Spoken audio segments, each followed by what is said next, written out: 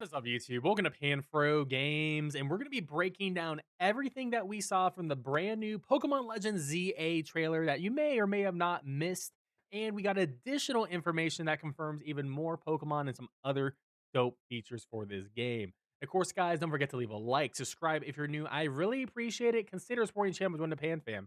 I hit that join channel member button below. So, one, we get confirmation that the game will be taking place in Lumio City.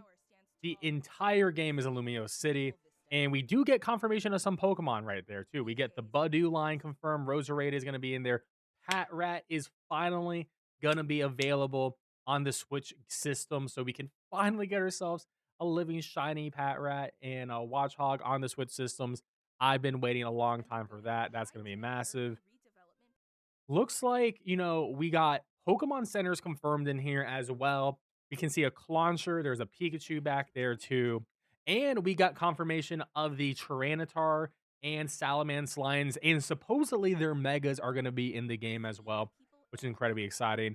We get Aegislash. We also get the Garbodor line up in here confirmed too. But you can see like how this is a living, sprawling city that's going to have many different alleyways and Pokemon living with humans side by side, which is very exciting.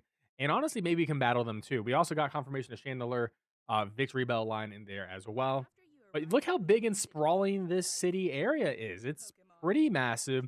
And then the absolute biggest confirmation right here is we get the starters, and they did something that no person guessed. We have two Gen 2 starters. No one thought we would get two starters from the same generation, but we get Totodile, we get Chikorita, and Tepig. Now, I'm incredibly happy about this because all three of these Pokemon absolutely deserve love. None of these Pokemon have ever gotten a Mega before, or an regional variant, evolution, or anything like that, or even a G-Max. Nothing. Personally, I'm Team Totodile. Let me know in the comment section below which one you are for. But hey, I'm loving this. This is great. I really hope that they make Mega Meganium into something incredible. They could honestly, this doesn't necessarily confirm they're getting Megas, but I do think they're all getting Megas. And they could potentially be getting regional evolutions as well. So they could have like a regional evolution and then get a Mega on top of that too. We'll just have to wait and see. But hey, at the very least, I think they're all going to have Megas considering the amount of Megas focused in this game so far. This is honestly pretty incredible stuff overall though. And just showing off how we just run around through the city, which is quite incredible. Now, we get hard confirmation that AZ is back. AZ is back. And I actually think this is a post XY game. We got Eternal Floette. AZ does not look like a bum. He looks like a hotel dude. He's just like chilling at a front desk right here. He has a ledger. It looks like this is where we're staying. This might be our home base. I think we're just hanging out with AZ, and he's obviously gonna be very story relevant. He's got the Eternal Floette, and of course, he's massive compared to every other Pokemon trainer model in this trailer as well. But this looks honestly like really good, and then we get confirmation redevelopment. So I don't think the city was necessarily destroyed or anything like that, but I do think maybe in a post XY world, they decide to fix up the city, make it more modern. And this dude right here, the CEO Jet, but Vinny looks exactly like Leandria. He looks like the villain from Pokemon XY. He has the same mutton chops. He might be related. I mean, this could be an alternate universe too, but I don't think this takes place before XY. It wouldn't make any sense. This game is not in the past. Now we get the how do we catch Pokemon? We get wild zones. And it looks like we get multiple wild zones. We saw at least wild zones 1 to 6. And this is where we actually, or 1 to 8, we actually get to see where we catch our Pokemon. And this is so incredibly exciting to me. We get to catch them in a legend style. And one, we get confirmation of a new UI from this immediately. We get to see the Pokemon on the bottom left. This is Wild Zone 1. This is an early game zone. Chikorita's on the bottom. We're going to see all 6 Pokemon at once. We also have a mini map. Pokemon Legends Arceus did not have a mini map. It was one of my biggest issues. But we do hard confirm a mini map here, which is pretty cool. And it looks like these wild zones are labeled as a green area on this map. Also, as you can see in the mini map in the top left-hand corner, that says that's a 6. Now, This area, we're fighting this Flaffy who is level 15. So it looks like wild zones aren't necessarily in a certain order because we went from wild zone 1 where we're like level 7, wild zone 6 is level 15. I wonder how many wild zones are actually going to be in the game. There could be like 50 wild zones, it could be a lot, or maybe wild zones get increase their difficulty and Pokemon get higher leveled as we go out through the game. We'll just have to wait and see how that works. Also, if you notice on that 6 on the top left corner in the mini map, there is a little wing on it, and that wing probably means we can fast travel to these zones. Also, this zone is on top of a building, so they are using a lot of vertical gameplay elements here too. Now, something that is incredibly interesting is the combat system. The combat system is showing us that all these moves have a cooldown. So leafage, you can see, has been used, and we can't use it until the cooldown comes back. This is an active battle system. This is not turn-based. Pokemon is not a turn-based franchise anymore. We are going to have an active battle system from now on. Now, it looks like we can control our Pokemon. They can move around. We can dodge still, and we can still catch the Pokemon in the same different ways. We also have confirmed of shared experience again, which is really neat. And also, we get some confirmation of early game Pokemon in the bottom left hand corner.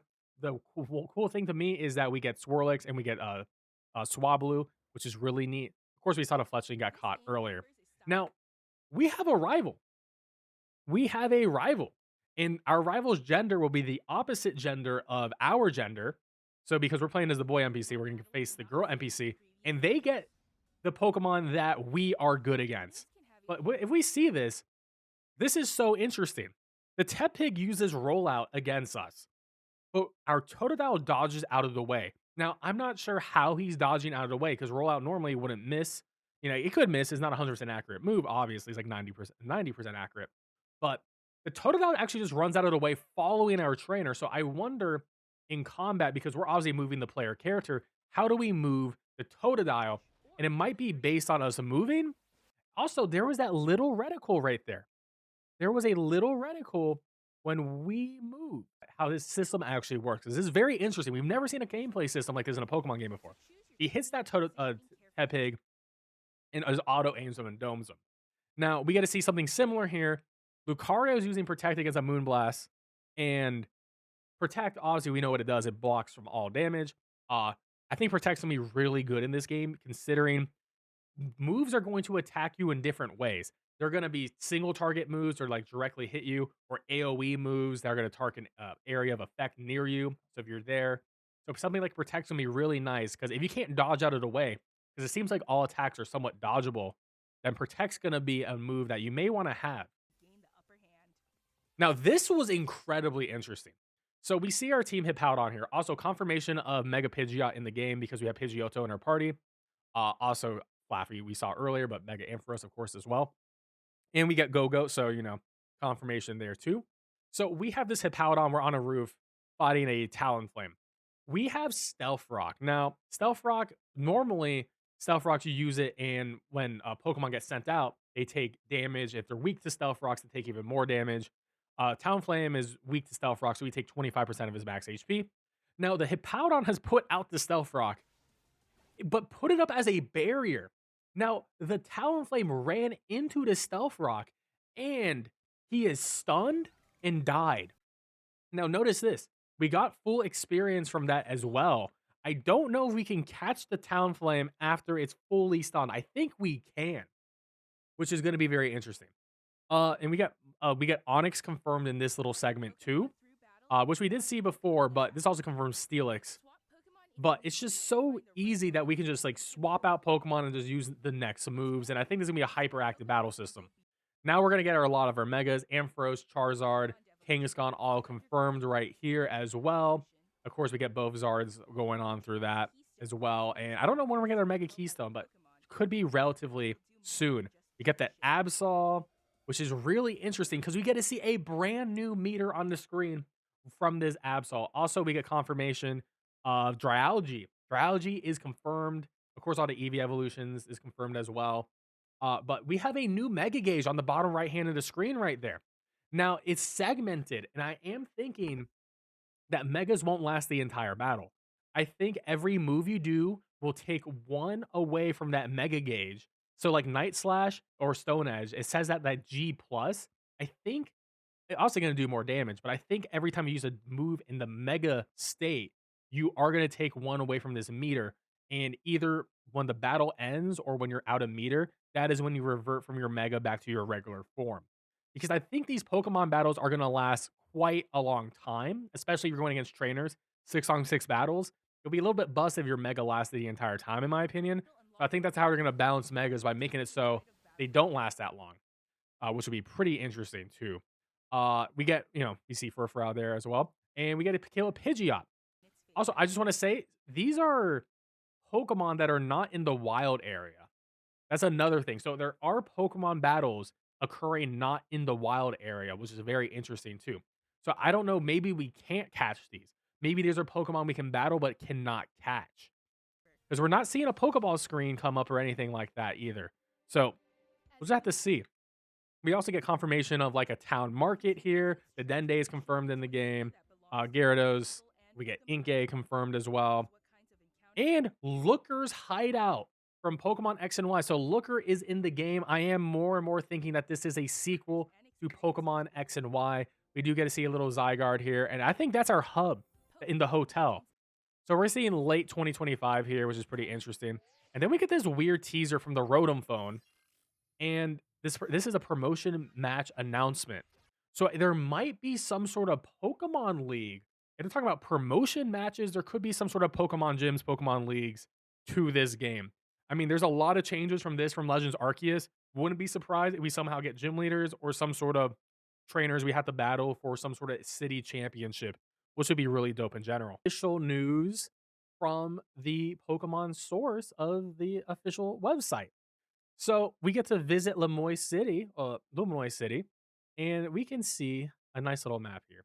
Now, this map is very interesting because if you look in deeply, you sort of have to squint a little bit, but you can see a bunch of different Pokemon. One, Houndoom is confirmed in the game. Mega Houndoom will be in the game. That is confirmed now.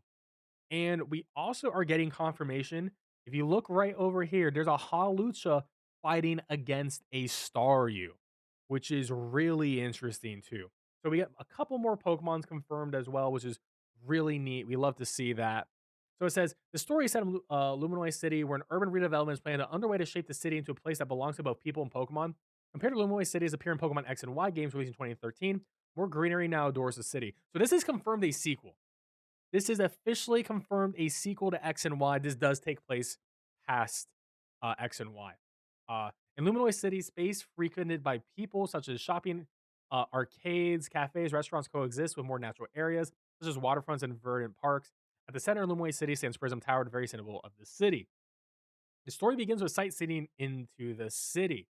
While visiting Luminois City during your travels, you'll come to stay in an old hotel named Hotel Z, where AZ is going to be your caretaker. This hotel will serve as your base, and you and your new friends will meet in Luminois, tackle all sorts of incidents and occur in the city.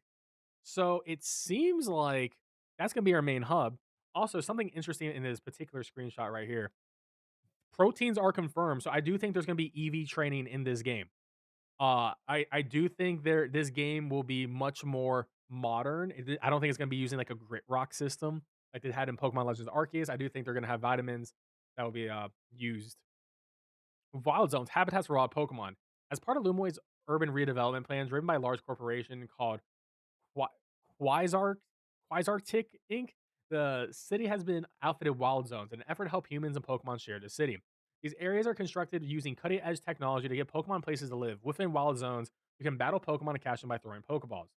So it seems like, yeah, this is where we're gonna be shiny hunting. This is where we're gonna be making our teams and things like that. And honestly, these screenshots look a lot better graphically than the trailer. So I am sort of thinking if this is a little bit of an older trailer compared to these screenshots, because I do think they actually look incredibly good in general too. Make Pokemon your allies. You can catch wild Pokemon living in wild zones or out and about in Luminois City. So we can catch Pokemon outside of the wild zones too. Wild zones are just like highly concentrated areas, but that's interesting. If the Pokemon doesn't pop back out of the ball just as we caught it, some Pokemon will flee immediately if they spot you. So hide out of sight or approach from behind to make yourself harder to notice. You can also battle Pokemon to lower their HP and make them easier to catch. Pokemon series first. Pokemon trainers take action in real time during battle. In previous titles, the Pokemon video game series, Pokemon took action once per turn. In Legends ZA, trainers and their Pokemon move out in real time during battles, and Pokemon will unleash their moves when the trainers command them to. In addition to your type matchups, there will be new gameplay mechanics to consider, such as the precise timing to swap out your Pokemon or using moves. The different lengths of time moves will take to launch. Oh, so not only is there cooldowns, there is startups. So not everything is instant. This is very interesting. This is like Dark Souls Pokemon. And how big an area the moves will impact. This unprecedented style of Pokemon battling is one of the most thrilling parts of the title. This is why I'm incredibly excited. This is insanely hype.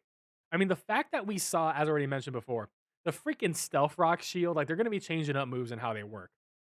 So we got to meet our character, boy or girl. I think the boy looks really good. The girl's cute too. And our starters, of course. And, basic stuff about the starters. Who knew Totodile was a fatty, 20 pounds. Tepig's barely bigger. That's crazy. And we get a little bit of cute little lore on them, but nothing new. And then we get to meet our rival, Urbane or Tuanane, essentially based on your gender, your appearance. That will be who you fight. AZ, the owner of Hotel Z, and claims to be 3,000 years old. He quietly harbors a strong determination and will. I'm glad he took a shower. I'm very happy for him. Eternal Flowette, she's also said to have lived for 3,000 years. All right, Jet, a large corporation of driving Lumoise's urban redevelopment plan with the aim of shaping the city into one that belongs to both people and Pokemon. And then Vinny, he's Jet's secretary. Always seems busy. And yes, they talk about the Zygarde cores out here too. And I like these new models they did for the Zygarde cores. These look pretty nice too. So we're probably going to have to rebuild Zygarde. I mean, we saw the 1%, we saw the 10%. We might have to collect Zygarde cells, and that'll be part of the story too, which will be pretty interesting. Now, we actually get a lot of good Mega Evolution art here as well. Some updated models, which is very nice. I'm not sure when we're going to get our Mega Ring, but eventually we will. And we get I do think this is funny. But they show us just like this full thing of like Mega Gyarados just doing the transformation. But he looks really nice though. That is an absolutely fire art we're going through there. And here's more examples. They confirmed a bunch. But we also saw things like Pidgeot, like Mega Pidgeot we know is in the game because Pidgeot's in the game as an example. So, Mega Charizard X, Y, Kangaskhan, Ampharos, Gardevoir, Sableye, Altaria, Absol, and Lucario. And this is a Switch 1 game. So that is everything that I have seen about the game. If I learn more information, I will absolutely be making a new YouTube video about it. But of course, guys, don't forget to leave a like and subscribe. I really appreciate you hanging out with me for this awesome video. I'm so excited for this game. I cannot wait for it. Late 2025 needs to come ASAP. Anyways, I'll see you later. Peace out and have a good one.